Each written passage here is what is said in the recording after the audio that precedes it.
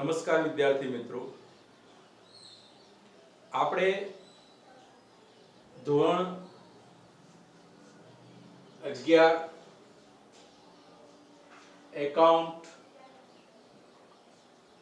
1.2.1 lecture number 11 માં પ્રવેશ કરી રહ્યા છીએ.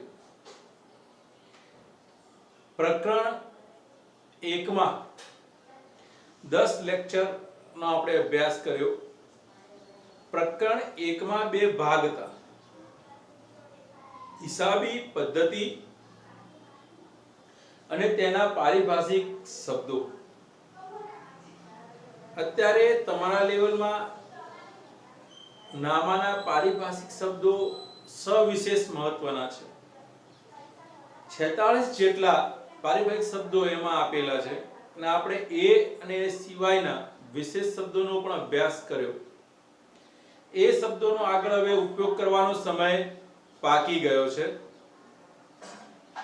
આગળ બીજો મુદ્દો, આ પ્રકરણમાં પણ એવું છે, એક સમયે આ બધા પ્રકરણ અલગ અલગ હતા.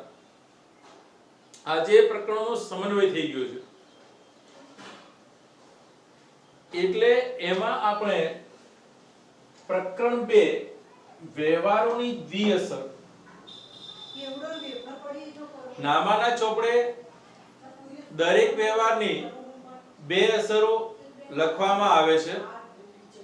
આ બે અસરો નો ઉપયોગ આપણે જે રીતે કરવા જઈ રહ્યા છીએ એને સમજી લઈએ. અહીંયા બે અસરોનો ઉપયોગ થાય છે ત્યારે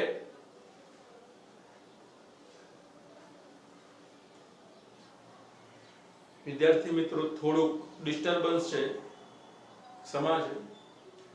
વરસાદનો થોડોક માહોલ છે, બહાર વાતાવરણનો અવાજ છે, છતાં થોડુંક ધ્યાનથી સાંભળવાનો સમજવાનો પ્રયત્ન કરજો. વ્યવહારોની દ્વિઅસર એટલે એક ઉધાર અસર અને જમા અસર. નામામાં પ્રવેશ લીધો ત્યારે એવું જાણતા હશો કે ઉધાર ને જમા થાય છે, અગાઉ પણ થોડીક ચર્ચા કરી છે. એ ઉધાર અને જમા અસર આપવા માટે ખાતાના પ્રકારોની તમારે જરૂર પડશે. ખાતાના પ્રકારો 3 છે: વ્યક્તિના ખાતા, માલ મિલકતના ખાતા, ઉપજ ખર્ચના ખાતા. બીજું, તેમજ મેં પાઠનું નામ એટલે લાંબુ કર્યું છે કે આમાં ઉધાર જમાના નિયમો છે, નામાના નિયમો કે સિદ્ધાંતો છે. આ તમામ બાબતો અલગ અલગ જગ્યાએથી આવે છે અને તમામ બાબતો ભેગી થશે ત્યારે જ નામાના દાખલા ગણી શકશો, એનો અભ્યાસ કરી શકશો. એટલે વિદ્યાર્થી મિત્રો, પાઠ્યપુસ્તકમાં આપેલ તમામ થિયરી લાઈનસર વાંચતા જવું. એના અંદર કેટલાક કોઠા અને ચાર્ટ કે ઉદાહરણ સ્વાધ્યાયના દાખલા આવે છે એ ગણતા જવું. કોઈ દાખલા આડી લીટીમાં ગણાશે, કોઈ ઊભી ફોર્મમાં ગણાશે. તમે અહીંયા જોશો દાખલા આ પ્રકારના બધા આડા ફોર્મમાં આવશે, તો એ પ્રમાણે પ્રેક્ટિસ કરતા જવું. તમને એક પછી એક મુદ્દાઓ, અત્યારે હું થિયરી બોલતો જઈશ, પાઠ્યપુસ્તકમાં તમે લાઈનસર વાંચશો, તમામ થિયરીના મુદ્દાઓ આવી જશે. રૂબરૂ જેવું કામ તો ઓનલાઈનમાં કરવું કઠિન છે, પ્રોપર થશે નહીં. છતાં આપણે અહીંયા કેટલાક પ્રયત્નો કરતા રહીએ છીએ. હવે આ મુદ્દાઓમાંથી પહેલો મુદ્દો આપણે વ્યવહાર ને સમજી લઈએ. હવે આ જે વ્યવહારો છે એને પહેલું વર્ગીકરણ ધંધાકીય વ્યવહારોના સંદર્ભમાં છે. જો કે ધંધાકીય વ્યવહાર એને બે ભાગમાં વિભાજિત કરેલો છે. આમ તો ધંધાકીય વ્યવહાર એ જ આર્થિક વ્યવહાર છે, છતાં અહીંયા જોઈ લઈએ મુદ્દો.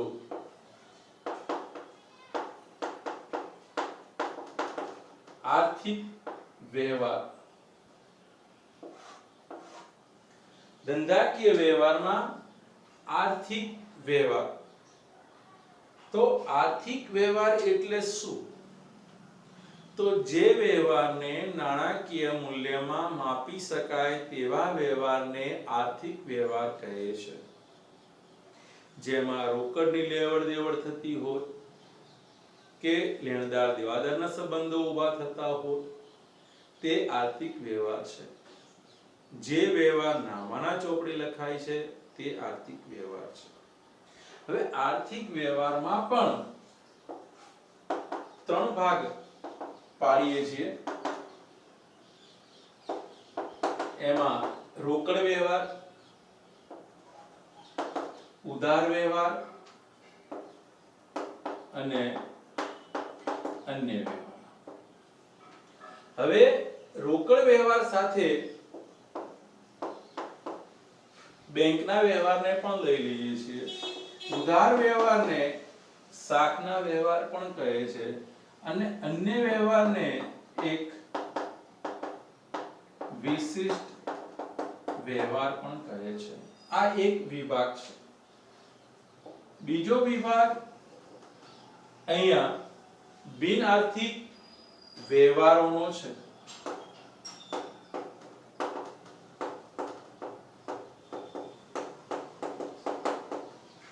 જેની નામાના ચોપડે નોંધ થતી નથી, જે નાણાકીય મૂલ્યમાં માપી શકાતા નથી. આની ચર્ચા પ્રકરણ 1 માં કેટલીક કરી છે. આ વ્યવહાર પણ આપણે અગત્યના એટલે રહેશે કે આની કોઈ આમનોંધ કરવાની રહેતી નથી. હવે આ વ્યવહારોની સાથે એક આર્થિક વ્યવહારો જોઈ લઈએ છીએ. એમાં રોકડ, ઉધાર અને અન્ય વિશિષ્ટ વ્યવહારો એ જ વિશેષ છે અને અહીંયા અન્ય આંતરિક કે બાહ્ય વ્યવહારોનું પણ એક વર્ગીકરણ કર્યું છે. એ અહીંથી એક અલગ છે. જે વ્યવહારોના અહીંયા એક બે અલગ ભાગ પાડેલા છે એ મુદ્દો આખો અલગ જ છે અને અલગ જ જોવો વધારે મહત્વ છે. રોકડ વ્યવહાર કોને કહેવાય તો એમની ઓળખો પણ સાથે લઈ લઈએ છીએ.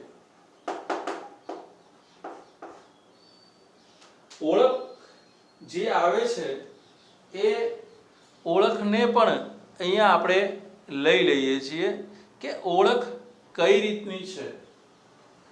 તો જે વ્યવહારમાં રોકડ શબ્દનો ઉલ્લેખ હોય કે બેંક શબ્દનો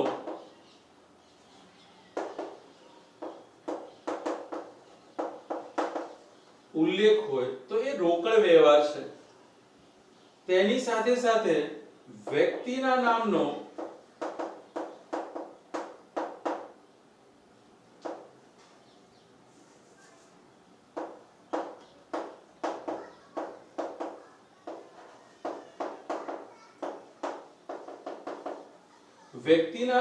ઉલ્લેખ ના હોય તો એ એક રોકડ વ્યવહાર છે. ઉધાર વ્યવહાર કે શાખના વ્યવહાર. અત્યારે આ રીતે સામૂહિક એટલે સમજાવું છું કે જેથી પાછળ આપણે અલગ અલગ સમજીએ છીએ તો વધુ ખ્યાલ આવે. આગળ જોઈ લઈએ. ઉધાર કે શાખનો વ્યવહાર કોને કહેવાય તો જેમાં લેણદાર દેવાદાર ના સંબંધો ઊભા થતા હોય અને એ ઉધાર કે શાખનો વ્યવહાર છે જેમાં વ્યક્તિના નામનો ઉલ્લેખ હોય. વ્યક્તિના નામનો ઉલ્લેખ હોય તો એ ઉધાર વ્યવહાર છે. વ્યક્તિના નામનો ઉલ્લેખ ના હોય તો એ રોકડ વ્યવહાર છે.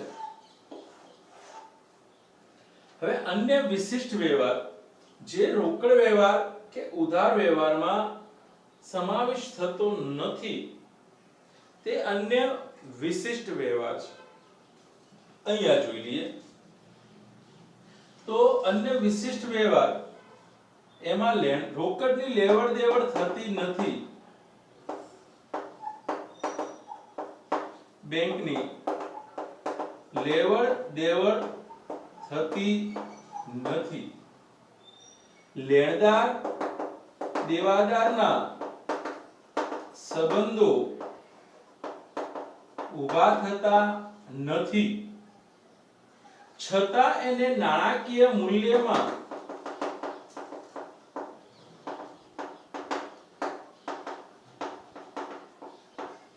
માપી શકાય છે. એ વ્યવહાર અન્ય વિશિષ્ટ વ્યવહાર છે. આગળ જોઈએ. દાખલા તરીકે આનું એક્ઝામ્પલ, ₹5000 નો માલ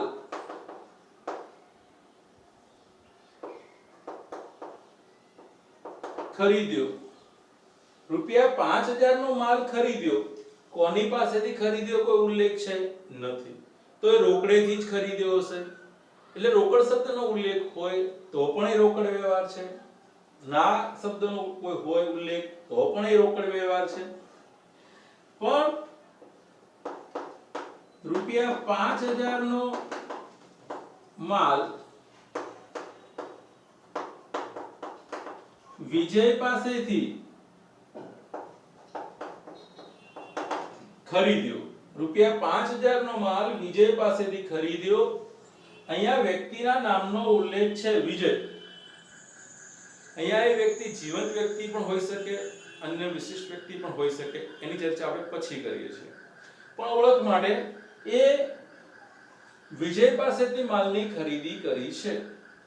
તો એ વિજય એક વ્યક્તિ છે, એટલે એના ઉલ્લેખ કર્યો છે. ₹5000 વિજયને આપવાના છે એ સંદર્ભે છે. જો એમાં શાખ પર ખરીદ કર્યો કે ઉધારે ખરીદ કર્યો એવા શબ્દનો ઉલ્લેખ હોય તો કોઈ પ્રશ્ન જ રહેતો નથી. એટલે એ ઉધાર કે શાખનો વ્યવહાર છે. અન્ય વિશિષ્ટ વ્યવહારની વાત કરીએ તો ₹5000 ના માલના બદલામાં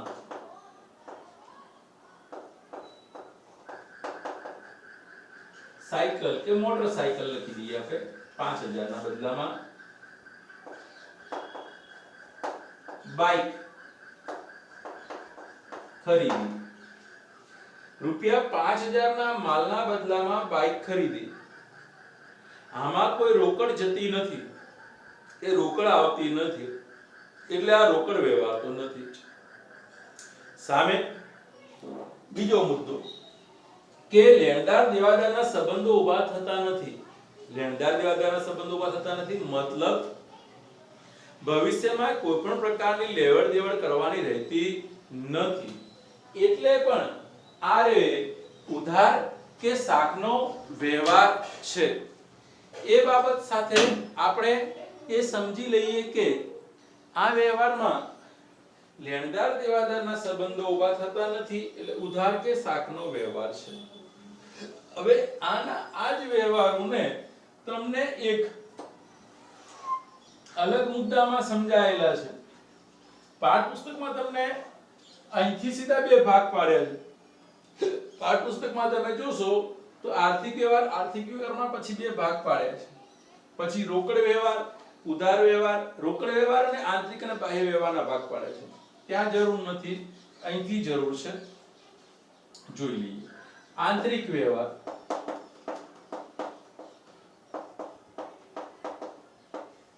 અને બાહ્ય વ્યવહાર.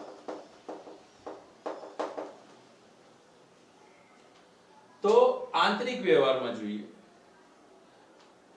એક એક્ઝામ્પલ લઈ લઈએ, સમજાઈ જશે. ₹50,000 રોકડા લઈને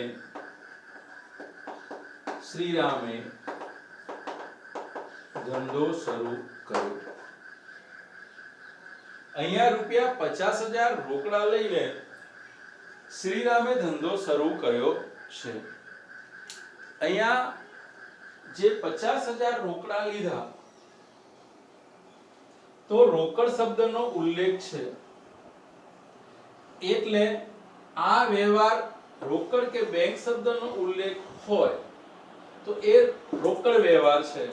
એટલે આ વ્યવહારને રોકડ વ્યવહાર પણ ગણી શકાય. બીજો મુદ્દો એ આંતરિક વ્યવહાર એટલે છે કે શ્રીરામ ટ્રેડર્સની શરૂઆત કરી, દુકાનની શરૂઆત કરી. ધંધો અને ધંધાનો માલિક એ બંને વ્યક્તિ હિસાબની ભાષામાં અલગ છે. ધંધાના માલિકે ધંધાને પૈસા આપ્યા છે, એટલે આ જે વ્યવહારની ગણતરી જે છે એ આંતરિક વ્યવહારમાં થાય અને રોકડ વ્યવહારમાં પણ થાય. એટલે મેં આ મુદ્દો આર્થિક વ્યવહારમાંથી ભાગ પાડ્યો છે, નહીં કે રોકડમાંથી ભાગ પાડ્યો છે. હવે બાહ્ય વ્યવહાર, તમે આ જે વિજયવાળી વાત કરી, આ જે ઉદાહરણ જે છે કે ₹5000 નો માલ વિજય પાસેથી શાક ઉપર ખરીદ કર્યો, તો આ વ્યવહાર ઉધાર કે શાકનો પણ વ્યવહાર છે અને આ જ વ્યવહાર એ બાહ્ય વ્યવહાર પણ છે. કારણ કે વિજય એ ત્રાહિત પક્ષ અન્ય વ્યક્તિ સાથે એ વ્યવહાર થયેલો છે. આ એક મુદ્દા સમજવાના થયા. ત્યારબાદ આગળના મુદ્દા તરફ જઈએ, ખાતાના પ્રકાર તરફ. તો એ ભાગને આપણે અલગ પાડીને સમજી લઈએ થોડો. અહીંયા જ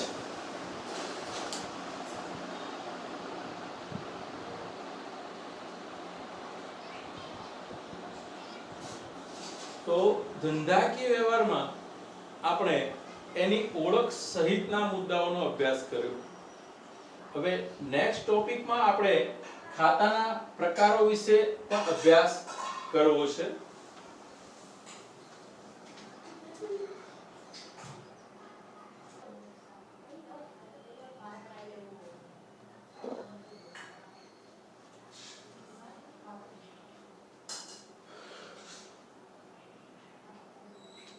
વિદ્યાર્થી મિત્રો, હાલ આપણે જે પ્રકરણ 2 માં ટોપિક જે ચાલે છે એમાં તમને આખું આકૃતિ સહિત એટલે સમજાવી દીધું. એમાં તમે આટલી બાબતો શીખ્યા છો, થોડુંક પુનરાવર્તન સાથે ફરી સમજી લીધું. એક ધંધાકીય વ્યવહાર, એના પછીનો મુદ્દો આવ્યો આર્થિક વ્યવહાર, એમાં રોકડ વ્યવહાર, ઉધાર કે શાખનો વ્યવહાર, રોકડ સાથે બેંકનો વ્યવહાર પણ ખાસ લઈ લેવો, અને અન્ય વ્યવહાર. હવે આ જ પાસાની આપણે 2 ભાગમાં ચર્ચા થઈ. આંતરિક વ્યવહાર અને બાહ્ય વ્યવહાર. સાથે સાથે અગત્યનો મુદ્દો જે થયો એ તમામ વ્યવહારોની ઓળખની વાત કરી. રોકડ શબ્દનો ઉલ્લેખ હોય તો રોકડ વ્યવહાર, રોકડ શબ્દનો ઉલ્લેખ ના હોય, સાથે વ્યક્તિના નામનો ઉલ્લેખ પણ ના હોય તો પણ રોકડ વ્યવહાર. ઉધાર શબ્દ કે શાક શબ્દનો ઉલ્લેખ હોય તો એ ઉધાર વ્યવહાર, વ્યક્તિના નામનો ઉલ્લેખ હોય. નેક્સ્ટ લેક્ચરમાં આપણે વ્યક્તિના ખાતા, માલ મિલકતના ખાતા અને ઉપજ ખર્ચના ખાતાનો અભ્યાસ કરવાના છીએ અને ઉધાર જમાના નિયમોનો અભ્યાસ કરવાના છીએ. ત્યાં સુધી આનું વારંવાર પુનરાવર્તન કરતા રહેજો. અને અન્ય વિશિષ્ટ વ્યવહાર, આગળનો મુદ્દો, એની ઓળખની વાત કરી લીધી. એક આપણે એક્ઝામ્પલ લઈ લીધું, એ એક્ઝામ્પલને થોડું હજુ સમજી લઈએ. જોઈએ, રૂપિયા રકમ 5000 નો માલ રોકડેથી ખરીદ કર્યો. ₹5000 નો માલ રોકડેથી ખરીદ કર્યો છે. તો આ એ વ્યવહાર એવો વ્યવહાર છે તો એ વ્યવહાર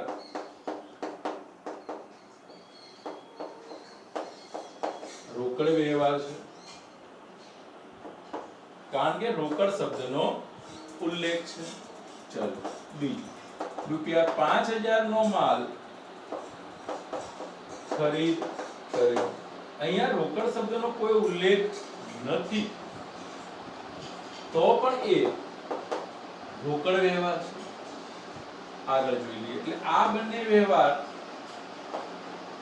ની હિસાબી અસર આગળ જતા એક સરખી આવશે.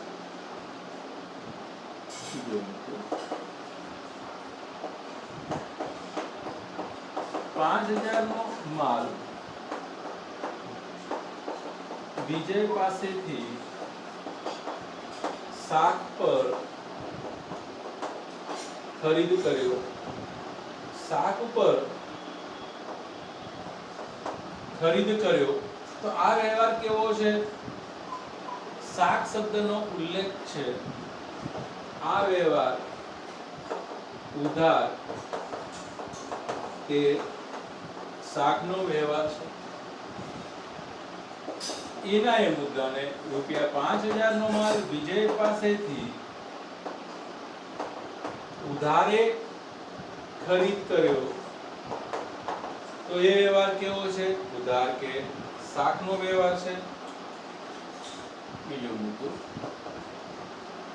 ₹5000 નો માલ વિજય પાસેથી, આ શબ્દ નથી આપેલો, ખરીદ કર્યો,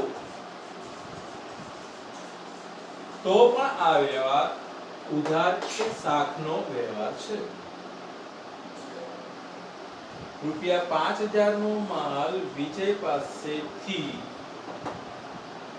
ખરીદ કર્યો, આ શબ્દ નથી, તો પણ એ ઉધાર કે શાકનો વ્યવહાર છે, કારણ કે આમાં કોઈ જગ્યાએ રોકડ શબ્દનો ઉલ્લેખ નથી.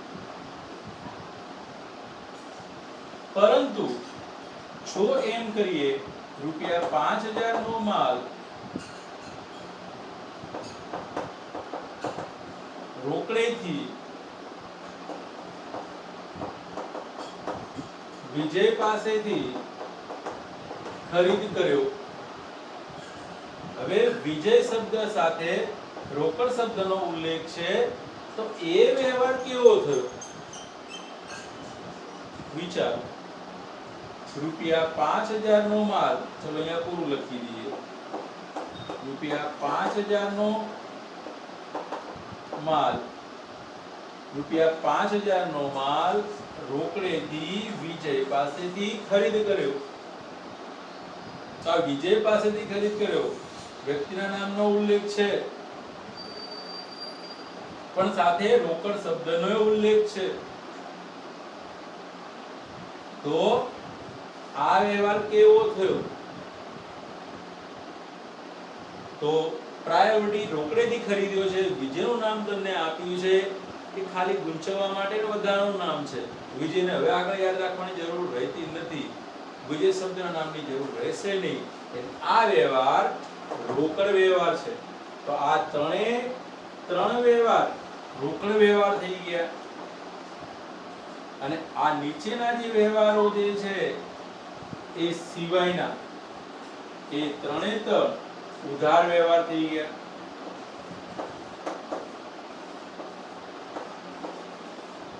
અને આ ત્રણ થયા